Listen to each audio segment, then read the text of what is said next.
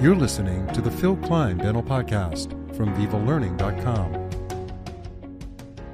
Thanks for joining us. I'm Dr. Phil Klein. As dental professionals, regardless of where we practice, it is highly likely that we have patients that suffer from substance use disorders. Many of us are faced with cases where severe decay, hyposalivation, and poor plaque control may be the result of depressant, stimulant, or opioid misuse.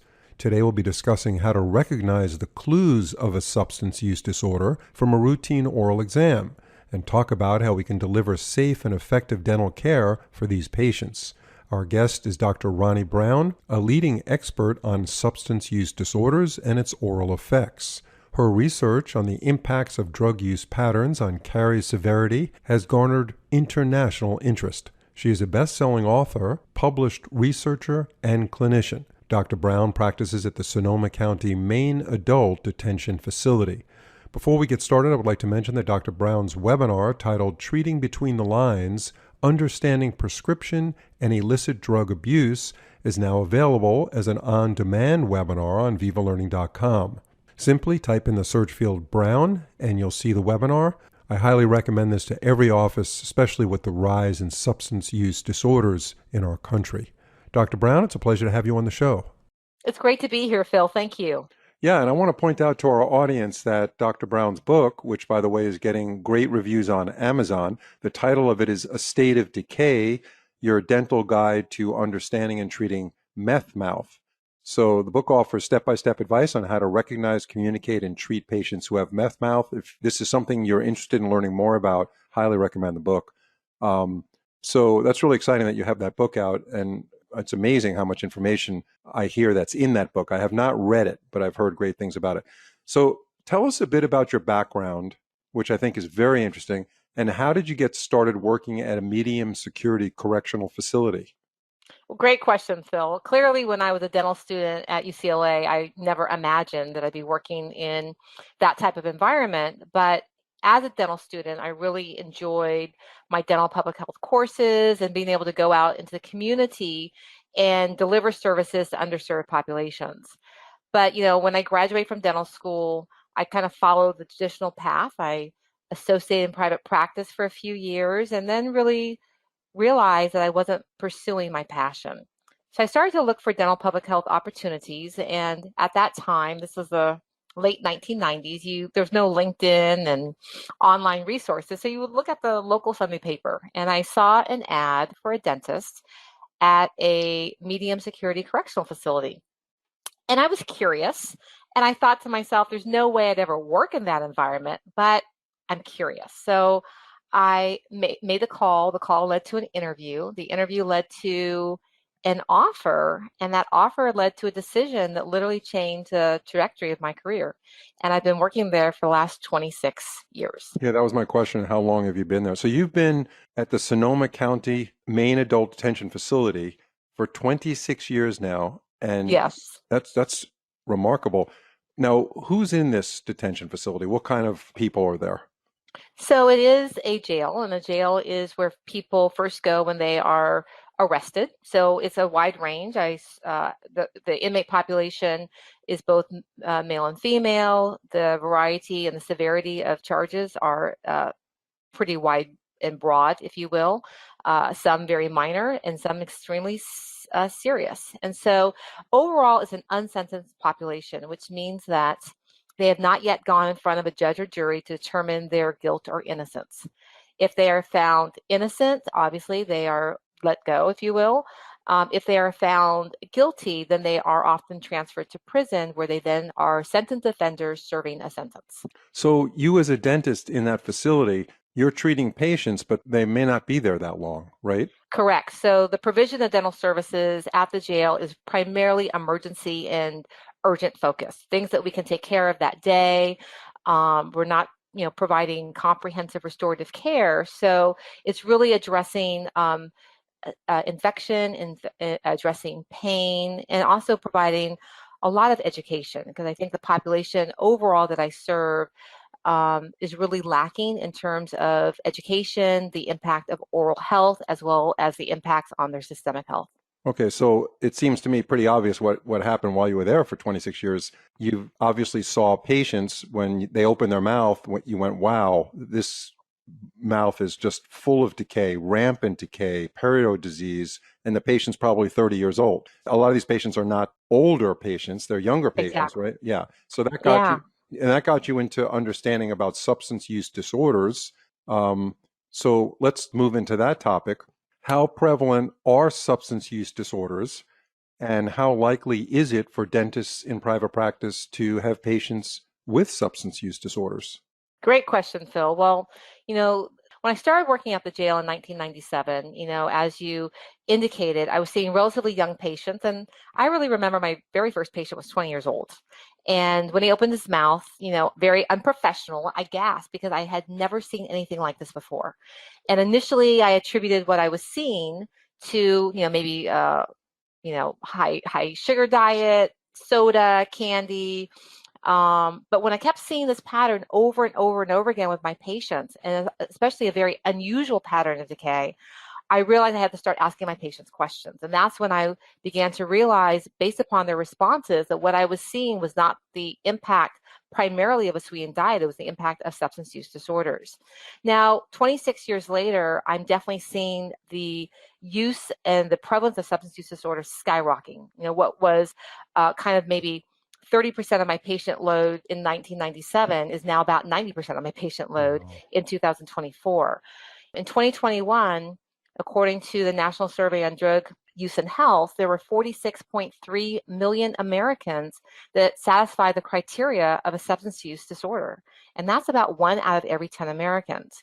So if you think about those statistics, Phil, all you have to do is really look 5 to your right and 5 to your left, and there's somebody with a substance use disorder.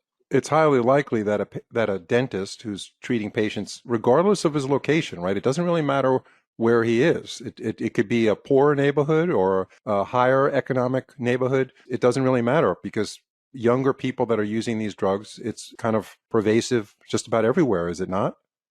Oh, absolutely. I mean, addiction is not a disease that is discriminatory. It's very indiscriminate. So it doesn't really matter about your zip code. It doesn't matter your socioeconomic status. Doesn't matter your level of education, your income, your gender, your race. It's an everybody, anywhere problem. And the reality is this, Phil. Before my patients became my patients, they were patients of somebody else in private practice or in community health clinics or in dental schools. So the reality is this, we do have patients in our practices with substance use disorders, no different than we have patients in our practice with hypertension, with diabetes, with asthma, with caries, with periodontal disease. We all have these patients in our practices. With that said, how much of that percentage of people that you were talking about, what proportion are methamphetamine addicts? Where we Uh, typically have, which we're known as meth mouth, which is what your book is about. What are we looking at there proportionally?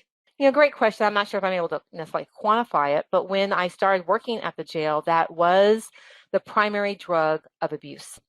And it continues to be the primary drug of abuse, but now we also have opioids. So in terms of what we're seeing statistically and pervasive here in this country, we're seeing opioids as the leading cause of drug overdose deaths in this country, methamphetamine being second to that. And we're also seeing an overlap of use between both of those drugs. So many patients are co-abusing those drugs, and together that can be a very lethal combination because they wind up having opposing impacts of one another. One's an upper, one's a downer, and oftentimes they will try to reverse the effect of one drug by taking more of the other drug, and that's when patients get into very significant challenges.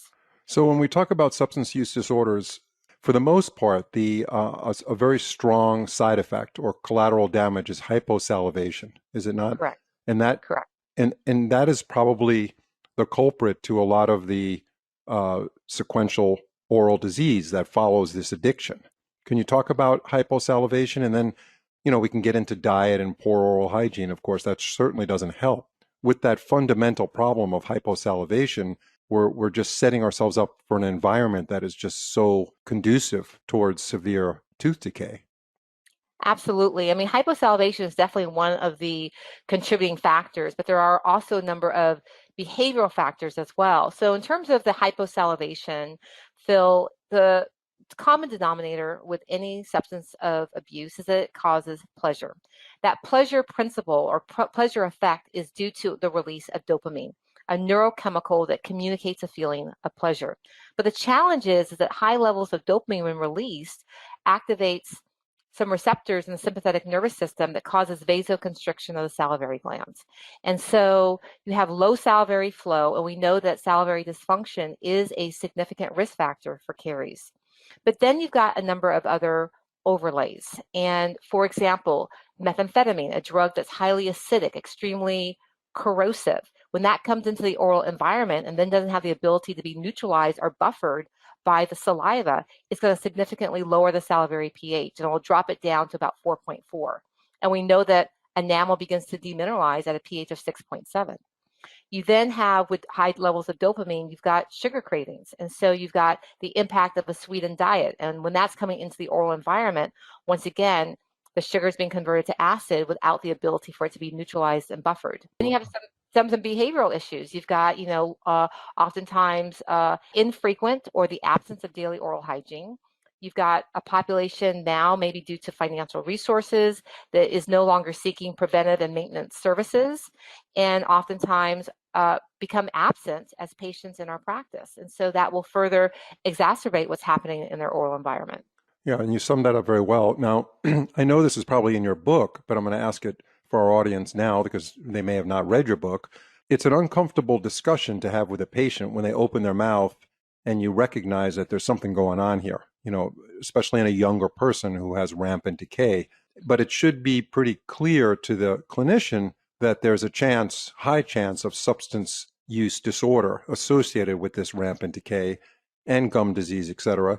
So how would you suggest the general practitioner to approach that conversation where they could proceed with the right treatment? And what is the right treatment at that point? Well, great question. I think the conversation piece is probably the most challenging for practitioners because I think, as individuals, we all have an emotional reaction to addiction. We might know somebody who's addicted, we might have personal experiences with it. And so it becomes a very charged issue. And we also have a perception that nobody wants to talk about it. But the reality is that addiction is a disease of silence, and people are suffering in silence. It is a very misconception that it does not want to be talked about. So one thing I can say about dental professionals is that we do talk about disease all day long. And if you frame your conversation understanding that addiction is a disease, it allows us to be very objective and neutral in our conversations. We always need to explain to our patients our why we're having this conversation. We want to help them. We want to deliver effective treatment plans. We want to keep them safe in our office. If you create and understand and articulate the why, it will help to misplace any perceptions the patient may have about, oh, I'm being accused or I'm being judged. You're saying, I really want to help you. I'm concerned and I care. And then utilizing motivational interviewing, asking open-ended questions. Because, the reality of is this, Phil, when I started working at the jail, I had no idea what I was seeing. When I started to ask the question, what are you putting in your mouth? And my patients would say, oh, I'm using methamphetamine. Once again, Phil, I had no idea what that was. I thought it was some type of weird nutritional supplement that they got from GNC. Okay, so then I said very innocently, well, you had a lot to learn in that jail. Yeah, there was a lot to learn there. But remember, it's 1997, right? And so when I said, well, what's methamphetamine? And they told me what it was. And then I said, well, how do you use it? And they told me how they used it. How much does it cost? And as I was curious and honestly curious, they knew that I was coming out of a place of interest, of a place of concern, and they were able to open up. So my patients really became my first source of education on the topic. And then that led me to, by taking a look at what they were presenting with, hearing the conversations that we were having, I started to develop some hypotheses about specifically how they were using the drug that was driving the degree of caries severity.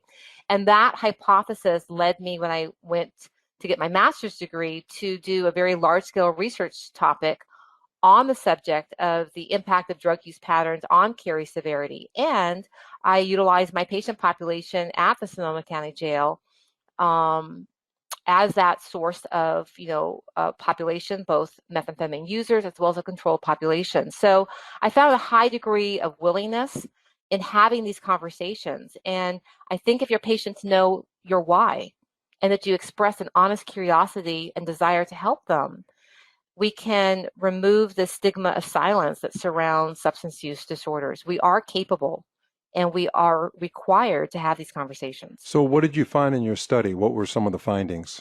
So we found that, individuals who have a methamphetamine use disorder have significantly more teeth affected by decay than non-users. Now that finding was not specific to our study. It had been reported previously, but it did help to corroborate that our research findings were consistent with published research. We then honed in on our population of methamphetamine users, and we found that within that population, there was varying degrees of severity. We had some patients that had very little to no decay in their mouth, and other patients whose mouths were devastated by decay. So we began to investigate specifically how they were using the drug. And we looked at 5 drug use patterns. We looked at the amount that they were using, the frequency, if they were co-abusing with alcohol, how many years they had used, as well as their primary route of administration. And we isolated 2 drug use patterns that were significant predictors of severity. One was duration of use. Those who reported using for more than 10 years had significantly more teeth that were decayed. And that really is kind of a dose response reaction. Longer exposure to a drug that's acidic, more likely you're going to have, enamel demineralization, the salivary dysfunction that we talked about. But the second drug use pattern was the route of administration. Those who reported smoking methamphetamine had more teeth that were affected by decay than those who were bypassing the oral environment through snorting or injecting the drug. And I think intuitively that makes sense, because when you're putting a drug that's so acidic and so corrosive into the oral environment, its impact on the salivary pH is significant. That's amazing that you did that research in the jail. I mean, what an opportunity that you took advantage of, which allows this information to get out there to the profession. So let me switch gears for a minute. Let's talk about the scenario where a patient sits down, a new patient, 25 years old, let's say. Patient opens their mouth and the dentist takes a look and is really completely shocked. Rampant decay, destroyed dentition. What is the best way for that dentist to talk to that patient in the most professional and effective way? And I'm sure the clinician has a good idea that there's some underlying cause for this other than just eating candy. And most likely they're thinking substance abuse disorder. I think there's a variety of ways that you can approach it. And I think the first thing I want to, make sure that I'm really clear about is oftentimes it's just not a one and done conversation. It's a conversation that hopefully will be something that kind of transpires over possibly multiple appointments. But if you're in that situation and it is going to be kind of a one and done, I would just say, you know what, John, this pattern of decay is very similar or very common with what I've seen in some other patients of mine who share with me that they have used methamphetamine. And my question to you, is that a drug that you have ever used? Now, the reason why I would frame it that way is, one, you're letting the patient know that you've seen this before. So you have some degree of experience, all right? You also have said, in other patients that I have. So you're letting the patient know they're not alone. And then you said they've shared it with me so that they felt comfortable enough to share that sensitive information with you. And then you're just saying it looks very suggestive, and you're expressing a degree of curiosity without accusing the patient. So that might be one way to phrase it without, being accusatory, but allows you to very quickly and succinctly let the patient know you've seen it before, you've got patients who shared it with you, that they're not alone, and then you can open up the door of communication. Now, even if that patient says no, you still want to document your suspicions. What is it? Is it the color of the caries? Is it the location of the caries? Is it the patient's physical presentation? So I would still document it. And if that patient does present with a pattern of decay that is suggestive of a substance use disorder, that patient is automatically really flagged as a high-risk patient. And you need to then incorporate into your treatment plan strategies that are appropriate for high-risk patients. There's a lot of psychology, obviously, behind this. And I think your approach that you just mentioned, I'm sure it's covered in your book, is an excellent approach and a great way to develop a rapport with this patient. How do you get high compliance from the patient for home care when it got this bad? Isn't that a major challenge to get this patient to really care about their teeth as you start to restore them? Definitely a challenge because you're dealing with a lot of mitigating factors. But I think that you have to incorporate into the treatment plan. And hopefully, when you're dealing with a high-risk patient, your treatment plan will be more simple versus complex because you are dealing with these mitigating factors. But you need to have the patient understand that they are an integral part of success and they are also an integral part of failure. And that clearly, as long as the substance use continues, the chance of failure also continues. They need to understand that what the impact is. So it's really sitting them down and having them have these real conversations about the acidity, the impact of saliva flow, that they need to, and we sometimes have to be very practical in terms of maybe a harm reduction.